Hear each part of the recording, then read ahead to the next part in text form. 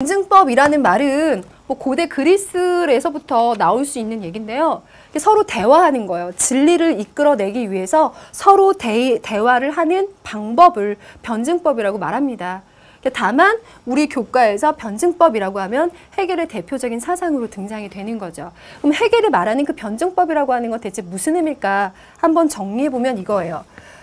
변증법이란 말 자체를 딱 쓰고 싶어요 라고 하면 이 정도가 가장 적절하지 싶어요. 절대적인 사유, 생각의 법칙이에요. 그리고 가장 궁극적이고 절대적인 진리를 찾기 위한 그 과정에 있는 방법이라고 할 수 있겠죠. 완전한 사유의 진리에 도달하는 과정이자 법칙, 사유의 방법이다. 이 정도 되면 보완이 되겠죠. 그럼 이 변증법에서는 어떤 요소를 포함하고 있느냐? 정립과 반정립, 그리고 종합이라는 3단계를 이해해야 합니다. 자, 먼저 정립은요. 이러한 용어들이 아주 명쾌하게 정리되고 있는 것보다는 여러 가지로 해석이 되고 있어요. 그것들 중에서 가장 쉽게 여러분들한테 표현을 해볼게요. 우리 주위에 어떤 대상, 그 대상의 속성, 아니면 어떤 현상이 일어나요. 그 대상물에 대해서 일부분, 부분만을 가지고 설명하는 거예요. 부분적인 요소를 잡아서 설명하고 그것이 정설로 굳어진 것을 정립이라고 합니다. 그럼 여기에는요, 어떤 현상을 부분만 보고 부분만 잡아서 설명했기 때문에 여기에는 부족한 점이 생길 수밖에 없어요. 거기에 모순이 생긴다는 점이죠. 그래서요, 그 모순점을 비판하는 이견이 생겨나는 거예요. 오, 그거는 잘못됐어. 이런 것까지는 다 설명을 해주지 못했잖아. 라는 새로운 의견이 나온다는 거죠. 그래서 이 둘 사이에는 팽팽한 긴장과 대립이 발생해요. 그런데 묘한 건 뭐냐면 이 둘이 팽팽하게 싸워서 뭐 하나가 없어지는 것이 아니라 정립에서 이야기했던 부분적인 이해와 반정립에서 이야기하는 그에 대한 비판적인 이견이 종합이 되는 거예요. 종합. 그래서 발전이 되어 간다는 겁니다. 예를 한번 들어볼게요. 여러분들이 여기다가 모순, 대림, 비판 이런 얘기를 하니까 굉장히 뭔가 이렇게 피튀기는 그런 과정으로 생각할지 모르겠지만 해겔은 이 세상에 존재하는 모든 것들이 다 이 과정으로 발전해 간다고 봐요. 예를 들어서요. 저희 반에서 학급회의를 했어요. 학급회의의 소재는 이번 소풍 반끼리 가는데 어디로 갈 거냐. 소풍 갈 장소를 정하자였어요. 그런데 어떤 친구들이 우리는 대학 탐방을 가고 싶다.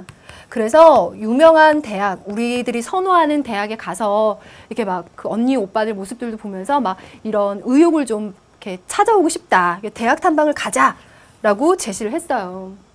그랬더니 여기에 대해서 이견이 나오는 거예요. 야, 그 대학 탐방은 우리 작년에도 한번 간 적이 있어. 그걸 또 갔던 애들이 이번에도 또 간다면 불만이 많이 있을 거야. 그 의견은 그런 부분을 다 설명하지 못하고 그런 부분들을 다 껴안지 못하는 의견이야. 우리 생각에는 다음 주에 수행평가가 박물관에 갔다 와서 뭐 보고서를 내라는 거 있었잖아. 그러니까 아예 우리 박물관에 가자. 그걸 소풍으로 가면 수행평가도 하고 또 갔던 애들 안 가도 되고 좋잖아? 라고 이야기를 했어요. 그럼 어때요? 어떠한 한 가지의 그 의견을 제시해야 되는 그 현상에 대해서 대학 탐방을 가자라는 의견이 제시가 되었고 그 의견은 나름의 부족한 점을 갖고 있어서 그것을 극복하는 하나의 대안이 나타난 거예요. 그런데 이 둘 사이에는 웬 박물관? 웬 대학 탐방? 하면서 둘이 갈등은 있겠지만 이걸 좀 더 발전시키는 종합의 새로운 의견이 또 나온다는 거야. 제3의 의견. 야, 그러면 모모 대학교에 모모 박물관을 가자. 대학교에 부속되어 있는 박물관이 있거든요. 그러면 대학 탐방을 못한 애들은 그 대학을 탐방하고 박물관을 탐사해야 되는 애들은 그 대학의 박물관을 탐사하면 서로 다 충족이 되잖아. 그럼 우리 이번에 무슨 대학의 박물관까지 꼼꼼히 갔다 오는 걸로 하자. 라고 하는 제3의 의견으로 종합이 되는 거예요. 그래서 이 세계에 있는 모든 존재들, 모든 현상들은 이런 식으로 어떠한 의견, 거기에 대한 이견, 이것 간의 모순을 극복해서 또 다른 제3의 설명, 또 이것이 부족하면 또 다른 이견이 나오고 이것이 또다시 종합이 되고 또다시 여기에 대한 이견이 나올 수도 있고 또다시 종합되는 이것의 무한 반복을 통해서 조금 더 발전적인 방향으로 갈 거다라고 생각하는 게 해겔의 정반합의 변증법이에요. 어때요? 저는 사실 이 얘기가 많이 맞아떨어지는 것 같아요. 저는 유교 사상 공부할 때도 그래요. 유교에서 공자, 맹자, 순자의 원시유교가 있었고 세월이 많이 지나서 송나라에 성리학이 있었고 그 성리학을 비판하고 양명학이 나오고 그걸 또 비판하고 고증학이 나오고 이렇게 끊임없이 서로의 모순점을, 부족한 점을 비판하고 보완하면서 계속 발전적인 단계로 가는 것 같아요. 그래서 그들이 갖고 있는 비판적인 요소라는 건 결국은 더 발전적인 종합의 단계로 가기 위한 어떤 긍정적인 대립의 단계일지도 모르겠어요. 그렇죠? 여러분들 안에도 그것이 존재할 겁니다. 그래서 이 과정을 통해서 결국 도달하는 이 종합이라는 거는요. 이런 표현으로 써요. 아우프헤벤이라고 하는데요. 독일어는 여러분들이 전혀 몰라도 되고요. 지양. 이게 해겔 제시문 어렵게 쓰면 이 단어도 쓰더라고요. 지양이라고 하는 거는요. 두 의견 사이에서 발생하는 대립점들이나 모순이 없어지는 것이 아니라 더 발전적인 단계로 종합되어 가는 단계를 지양이라고 해요. 그러니까 이 종합을 이해한 친구는 지양이라는 말이 그대로 이해되겠죠.